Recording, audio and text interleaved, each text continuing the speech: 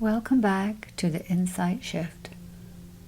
Tonight is the final chapter of this journey, The Wood Beyond the World by William Morris, published in 1894, reimagined and narrated by Lee. Walter has stepped onto his memories, even the painful ones. The maiden has stepped from silence into courage, and the forest, ancient, loyal, and awake, has chosen to protect what is real. As you settle in, allow your shoulders to soften. Let your breath lengthen. Let the story guide you gently into rest. There is nothing to resist, nothing to solve, only dawn ahead. Night lingered at the edges of the forest, but a thin silver line stretched across the horizon, a whisper of morning. Walter stood beneath the great oak, feeling the rough bark under his palm, steady, grounded, alive. The maiden approached, hood drawn close, her eyes bright with cautious hope. "It is time," she whispered. Walter nodded. He felt no panic, only clarity. As though answering them, a soft blade of sunlight slipped across the forest floor, touching the roots of the great oak. The entire grove exhaled a long, low breath of relief. The lady's voice floated through the trees, attempting sweetness, but cracking at the edges. "Walter!" She stepped forward, her beauty flickering like a lantern low on oil. "You do not have to go," she said. "I can release you from the ache, from the grief that clings to your life." Her words pressed gently against his memories, seeking the weak seams. Walter felt his heart squeeze because part of it still hurt.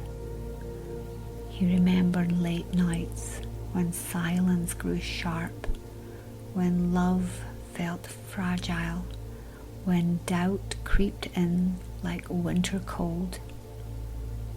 But another memory rose too. A moment when someone he loved stood alone, shoulders shaking from weight carried in silence. He had walked to their side, not knowing what to say, only that they shouldn't have to face the storm unseen. And when they finally leaned into him, he held them, quietly, steadily, until the tempest softened. They had seen each other fully in that moment, not in perfection, but in truth. That was love, not absence of sorrow, but presence through sorrow. Walter inhaled, and for the first time in what felt like ages, his lungs filled all the way. "My pain is the reason I know I can care," he said, "and I will not trade that for forgetting."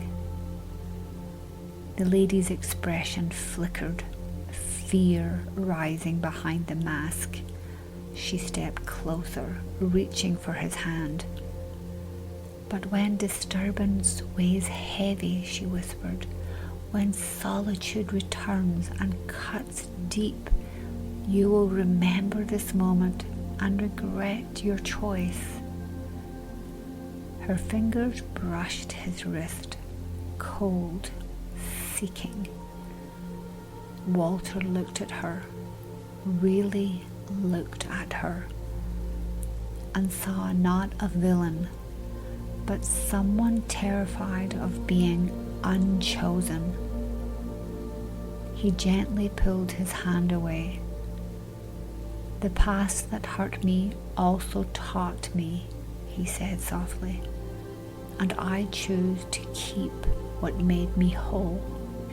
The lady's breath caught. She tried once more, voice dropping to something raw, almost pleading.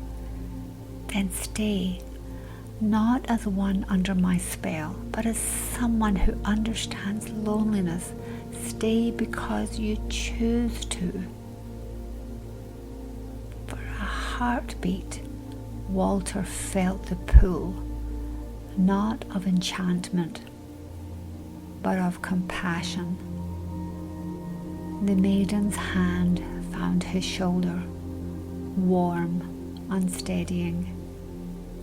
A reminder, kindness does not require captivity. Walter met the lady's gaze and bowed his head once, a gesture of gratitude for the comforts she tried to give, even if her way of giving was flawed.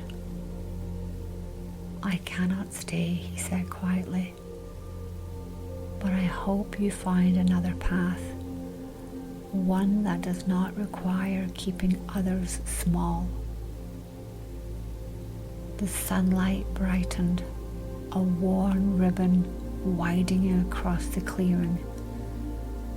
The lady stumbled, as if truth itself pushed her backward, her edges blurred, not vanishing, just losing the power to hold others in place. She did not speak again, only watched as Walter stepped away. Breathe with Walter now. In and out, choosing truth, choosing forward. The forest bent its branches low, forming an archway of woven leaves and morning light. The maiden extended her hand, not claiming him, not leading him, just walking beside him. Before they stepped through, the great oak pulsed once more beneath Walter's palm, warm, alive, approving. A thin leather cord materialized in Walter's hand, threaded through the silver ring, the forest's final gift. Walter slipped the cord around his neck. The ring rested against his chest, close to the place where courage lived. Together, he and the maiden crossed into the living gate, and the forest sealed the path behind them in a hush of leaves. The lady stood alone in the shadow of her own beauty, untethered from control, free to choose a different path when she was ready. Let your breath soften like leaves settling after wind has passed. Walter and the maiden walked until the trees thinned and new land opened like promise. Rolling meadows shimmered with dew, wildflowers swayed in gentle wind, Birdsong returned in soft, hopeful strands. They paused at a ridge, the world unfolding before them. Neither spoke, and the quiet between them felt like beginning, not ending. Walter touched the ring at his chest, light passing through the silver band, alive, like a heartbeat learning a calmer rhythm. The maiden placed 2 fingers over the ring, not taking it, just acknowledging its story. When doubt returns, she said, let this remind you that you survived because you remembered who you are. Walter looked out at the horizon. Where do we go now? The maiden smiled, gentle, warm, unhurried. We go wherever we are needed, she said, and we decide who we become along the way. Side by side they walked toward the morning, not as saviour and saved, not as lovers bound by fate, but as companions who had chosen truth over illusion. Their steps were light and unclaimed by expectation. They were free. Let that freedom touch you now. Feel it in your chest, in your breath, in the quiet spaces between thoughts. We all carry a journey inside us, not the one the world expects, but the one that calls to us quietly when the noise fades. For some of us, that journey is rediscovering our voice, the one we softened just to be accepted. For others, it is the courage to walk toward joy, to choose work, love, or a life that makes the heart feel awake again.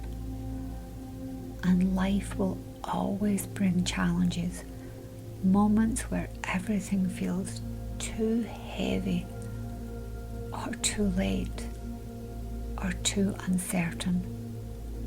But each challenge places something at our feet, a choice.